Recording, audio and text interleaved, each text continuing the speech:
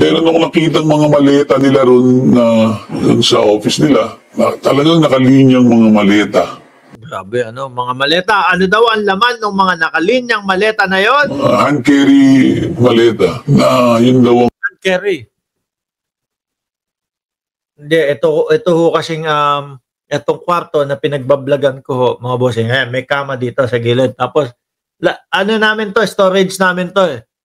Tapos ilang maleta, hindi ko mapakita eh, layo eh. Ibig sabihin, mga 2 ruler ang taas, mga ganyan. 2 ruler ang taas, yung binabanggit na maleta, pang hand carry, tapos ganyan kalapad, tapos ganyan kakapal.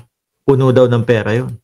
lagayan ng pera para sa mga congressman. Maximum daw nun eh. Para sa mga congressman. Biruin mo, ako, mga bossing, nakahawak na po ako ng 1 million eh. No, natagi 1,000. 1, 2, 3, 4, 5. Siguro 2 ganyan ho. 1, 2, hindi. Manipis, 1, 2, 3.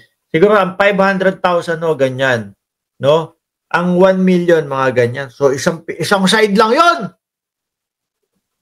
1, 2, kaya umabot ng 20 milyones ang pwedeng ilaman o higit pa mga 30 milyones ang ilaman doon sa maleta na yun. 100 million. Ang sabi pa nga niya sa akin, magpakilala ka sa akin ng Kong, meron ka sa akin. May ganun pa. Sabi daw ho ng mga diskaya yun mga bossing. Gusto niyang makuha. Magpakilala ng congressman para nga naman, Kong, bigyan mo kami ng project dyan sa lugar ninyo. Kami ang bahalang titira, kami ang bahalang gagawa, no?